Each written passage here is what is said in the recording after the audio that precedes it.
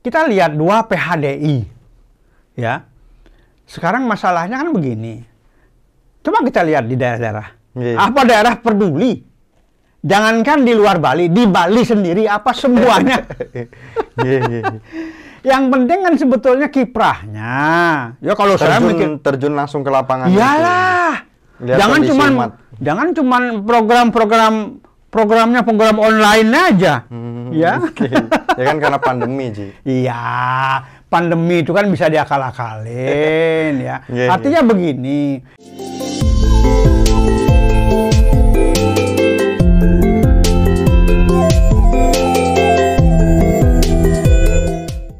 Om Swastiastu, pemirsa Hindu Channel.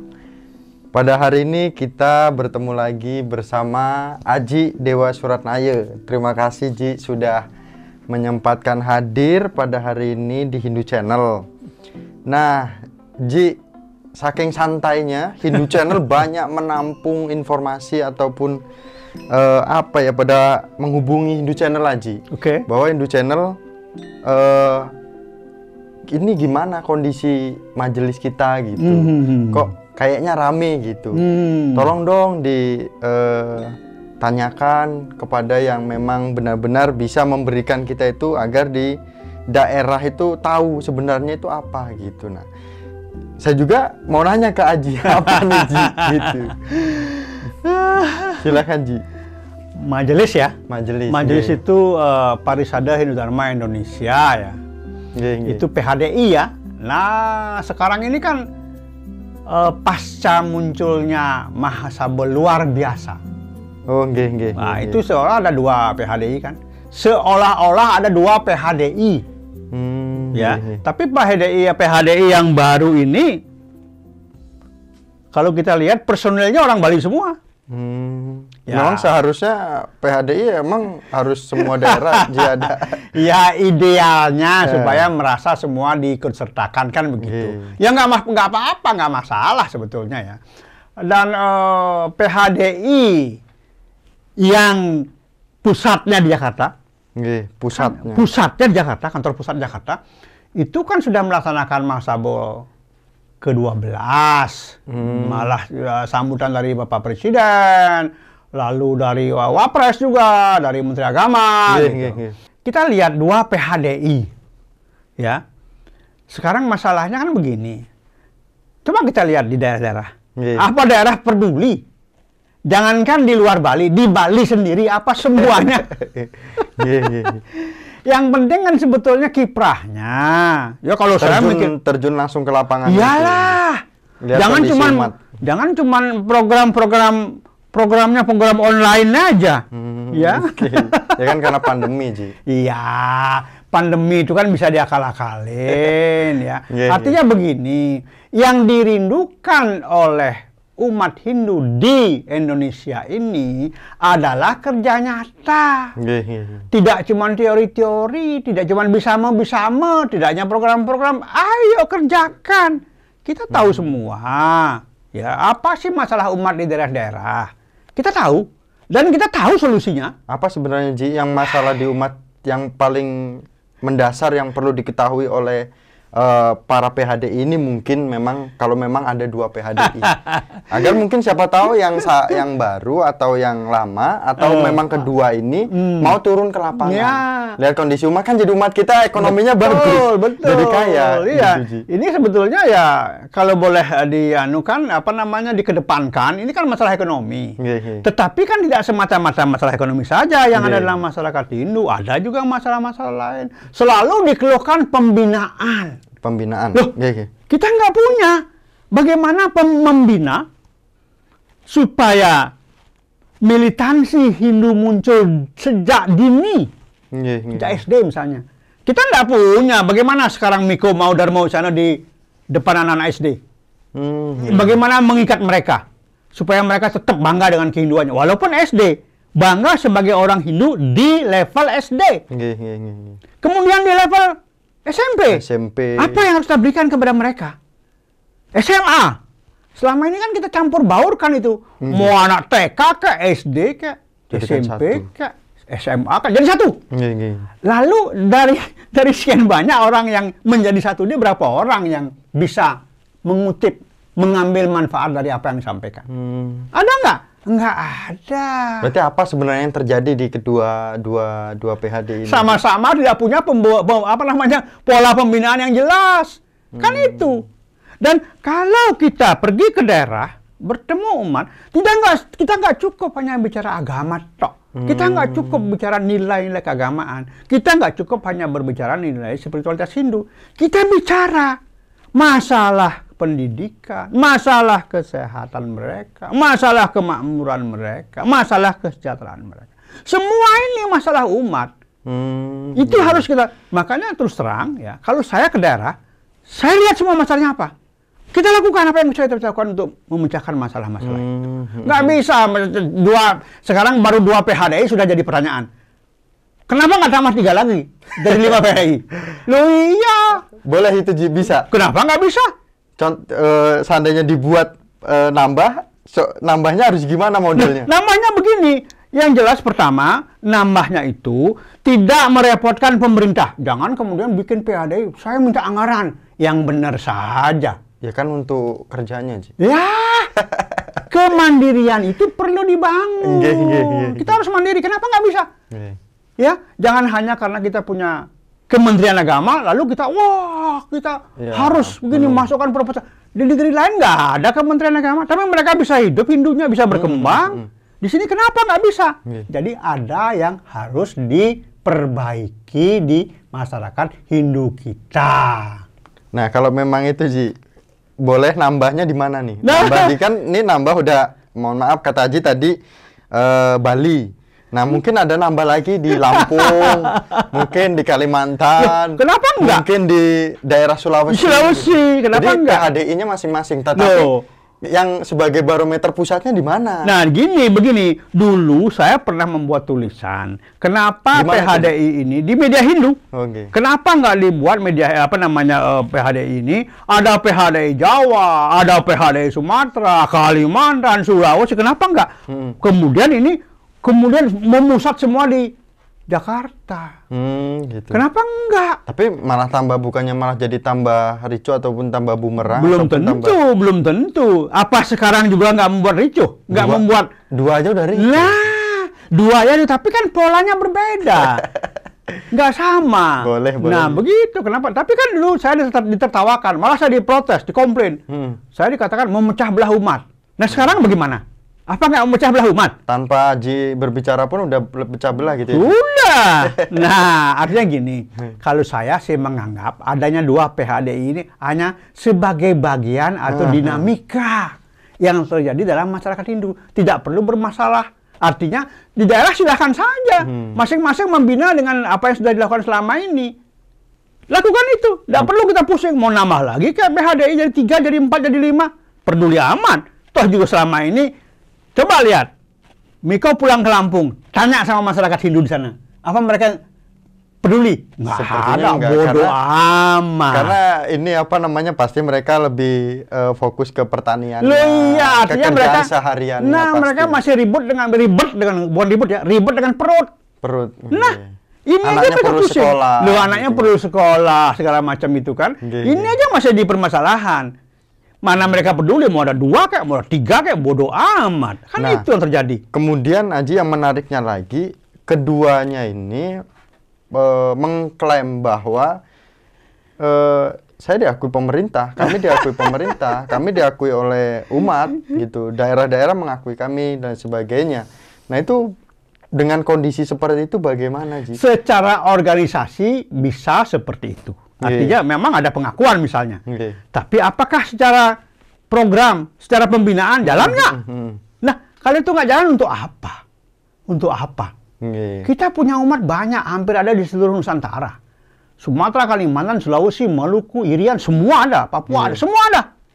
Tetapi sudahkah kita membina mereka seperti yang kita harapkan dan mereka juga harapkan?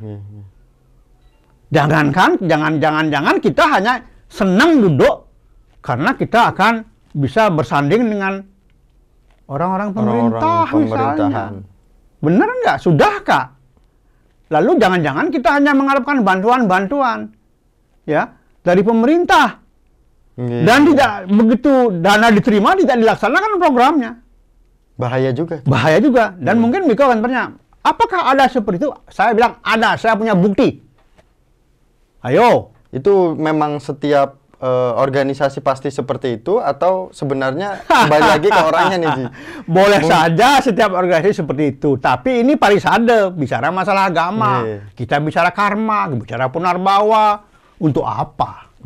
Untuk apa Miko tahu Pancasrada, tahu Pancayatnya, tahu yang lain-lain lagi, tapi kemudian hanya mengharapkan bantuan pemerintah untuk dimanfaatkan kepentingan pribadi dan sebagai uang pensiun setelah Anda 5 tahun jadi ketua parisade. Luar biasa. Pemirsa Hindu Channel, perbincangan kita hari ini berkaitan dengan 2 PHDI ini. Aji menekankan tentang pembinaan yang harus dilakukan oleh PHDI. Entah itu PHDI yang pertama yang secara resmi memang diresmikan oleh pemerintah, oleh Jokowi, oleh Presiden Jokowi, oleh Kementerian Agama, bahkan oleh Wakil Presiden. Ya. Kemudian yang kedua juga sudah melakukan pengajuan kepada pemerintah juga, sudah bisa dikatakan resmi oleh beberapa tokoh atau mungkin keduanya. Namun pembinaan yang harus dilakukan oleh kedua ini, jika memang tidak PHDI tidak bertambah lagi, Ji, apa pembinaan yang harus konkret itu, pembinaan seperti apa tentang umat? Sederhana, ya. Pertama kita harus membuat mapping, bikin peta dulu, ya apa sih masalahnya? Dan ini nggak akan lama membuat ini. Jelas masalah ekonomi, masalah pendidikan, jelas ini menyangkut masalah kemakmuran, kesejahteraan, dan lain sebagainya. Jelas itu. Lalu selalu ada alasan klasik. Kita nggak punya dana. Ya karena kita tidak pernah membuat umat itu mau mandiri dengan mengumpulkan dana. Sudah ada BDN. Tapi apakah BDN didengarkan oleh umat? Nggak juga. Nggak juga. Ya. Jadi banyak hal yang bisa kita lakukan. Apa kita punya pola bagaimana membangun militansi umat sejak SD? Nggak ada juga. Lalu apa yang selama ini sudah dikerjakan? Ya apa? Itu masalahnya. Saya juga orang parisada ya, walaupun cuma di Sabaulaka. Dan Sabaulaka kan dibatasi dengan pasal 18 itu. Kita hanya think tank, hanya berpikir dan mengkaji, tidak turun ke lapangan. Kan dibatasi. Berarti yang harus melakukan pembinaan siapa? Lah ya pengurus harian lah, karena dia eksekutornya dan juga Sabah Pandita. Ya. Kami dibatasi dengan pasal 18 di anggaran dasar itu. Nah, kemudian Ji, kalau pembahasannya sangat menarik, kemudian Aji bisa memberikan dua pernyataan kepada PHDI yang pertama dan PHDI yang kedua, karena ada 2 PHDI. Entah mana yang pertama, entah mana yang kedua. Begini. Mungkin Aji bisa memberikan agar masyarakat ini loh kondisi masyarakat dan maunya masyarakat seperti ini. Ya. Gitu. Bagaimana, Aji? Begini. Kita belakangan ini kan rame meributkan Hindu Nusantara. Sekarang yang namanya Hindu Nusantara yang mana? Lah, di Indonesia ini kan sekian banyak suku yang beragama Hindu, nggak cuma etnis Bali, nggak cuma etnis Jawa, banyak sekali, ya. Dan mereka rata-rata mengalami ketertinggalan di banyak sektor, entah itu kesehatan, pendidikan, apalagi kemakmuran dan kesejahteraan, banyak sekali, ya. Nah, sementara Bali sendiri sebagai barometer Hindu yang sudah mapan, mestinya bisa berbuat banyak untuk Hindu-Hindu yang lain. Tidak hanya bicara ritual. Ini kan orang Bali senangnya ritual. Kemana-mana menghabiskan biaya besar. Saya sih nggak menyalahkan mereka karena mereka punya uang ya. Tetapi ada hal-hal lain yang perlu mendapat perhatian kita, yang dibutuhkan oleh umat-umat Hindu yang ada di daerah-daerah lain, di pesisir-pesisir, di pinggir-pinggir Nusantara ini.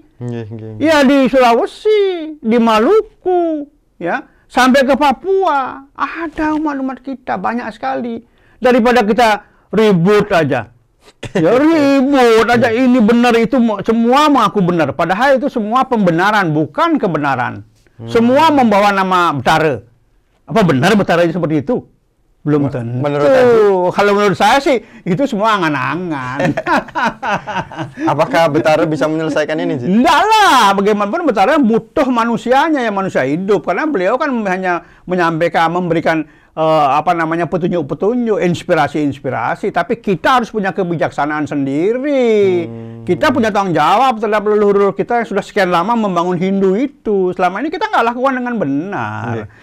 Nah, pemirsa Hindu Channel, inilah yang dapat kita dapatkan dari Aji Dewa Suratnaya.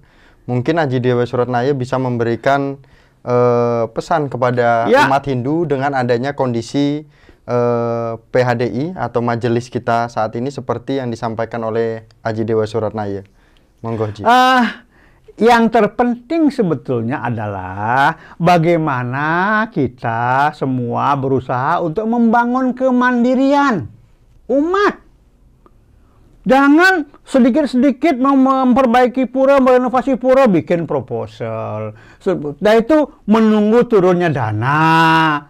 Artinya apa? Yang punya pura itu pemerintah, bukan kita. Yang punya, kita hanya datang sebagai tamu. Hadir sebagai tamu saja umat Hindu ini. Karena yang punya itu pemerintah, karena dananya semua dari pemerintah. Kenapa kita nggak berupaya untuk membangun kemandirian umat sejak sekarang? Daripada kita hanya berpikir, saya benar, dia salah, saya benar. Untuk apa?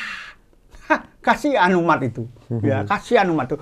Mari kita membangun kemandirian umat. Apalagi ibu kota akan pindah ke Kalimantan Timur.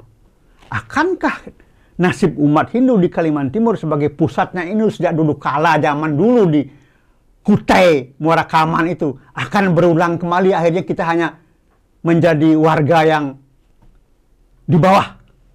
Mau begitu?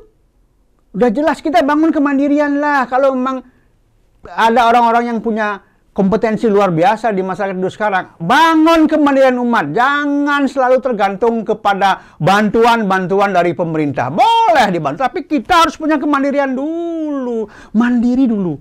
Mau bangun pura, biaya 200 juta, kita kumpulkan dana, dapat 15 juta, nggak jadi masalah. Zaman kali untuk memancing uang menggunakan umpannya uang. Jadi kita kumpulkan uang seberapa dulu, nanti uang akan datang menyusul. Seperti itu. Lihat umat Hindu etnis Madura di Gresik dan umat Hindu etnis Jawa di Bongso Kulon. Mereka mandiri dan ternyata mereka bisa punya pura yang bagus, ekonominya mapan, tidak pernah mengharapkan bantuan dari mana-mana, tapi mereka semua mandiri. Kenapa? Mereka sangat memahami bahwa tidak ada orang miskin karena berdana punya. Ini permasalahannya. Yo jelas. Coba, ayo kita merenung sekarang. Sudahkah kita berdana punya sesuai dengan sastra? Kalau kita ngomongin sastra, Waras Patita Tua Sloka 25, itu dana punya harusnya 4,75%. Sabuk Pandita sudah membuat Bisama. Dana punya dimudahkan lagi 2,5%. Sudahkah kita lakukan itu? Kalau itu dilakukan, kita tidak perlu tergantung lagi dengan pemerintah. Siapapun dirjennya, nggak ada masalah. Mau ada dirjen, mau nggak, silahkan saja. Nggak ada masalah. Kita mandiri. Ya, kita mandiri. Ini yang perlu dibangun. Kita kan gagalnya di situ. Dana punya kita gagal. Karena orang-orang yang mestinya berdana punya tidak memberikan contoh. Luar biasa. Nah, itu yang terjadi, Miko. Terima kasih Aji Dewa Suratnaya sudah menjelaskan tentang kondisi majelis kita, yaitu PHDI. Semoga saja umat Hindu, umat Sedharma bisa lebih fokus apa yang disampaikan oleh Aji Dewa Suratnaya. Dan jangan lupa selalu dukung Hindu Channel dengan cara like, comment, and subscribe. Dan bagaimana caranya umat Hindu, pemirsa Hindu Channel bisa memberikan masukan-masukan kepada Hindu Channel agar bisa kami angkat dan kami bisa carikan narasumber yang diinginkan oleh Bapak Ibu Matsudharma dan generasi Hindu. Akhir kata kami tutup bersama dengan Aji Dewa Suratnaya dengan Paramasanti. Om Santi Santi Santi. Om. Sukses semua Aji. Iya, sama-sama.